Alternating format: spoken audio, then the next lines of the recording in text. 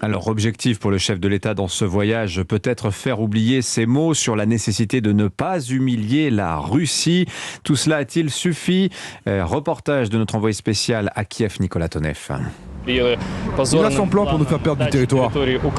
Centre de Kiev, à quelques pas de Maïdan, symbole de l'indépendance, pas plus sceptique que Yevgeny. Quoi qu'il fasse, pour lui, Emmanuel Macron porte le péché originel de ses propos sur la Russie. On attend quelque chose de l'Estonie, de la Pologne. Mais de l'Europe de l'Ouest, on voudrait vraiment qu'ils soutiennent l'Ukraine. On veut des faits. Quelques mètres plus loin, Tania se veut plus mesurée. L'étudiante a suivi la visite sur ses réseaux sociaux. Pour elle, il y a du progrès, mais là encore, l'élève français pourrait faire plus.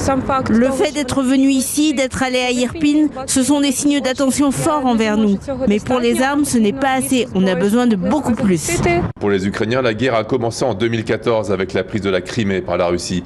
Alors ce ne sont pas 4 mois de déclarations depuis l'offensive de fin février qui édifient leur scepticisme, mais déjà plus de 8 années de discussions sur le sort du pays, comme le résume Victor. On va voir quelle sera l'issue.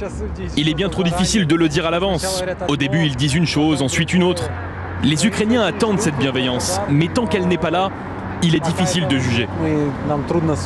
Et tous de souligner qu'ils comptent avant tout sur le soutien et l'aide américaine. À Kiev, Nicolas Tonev.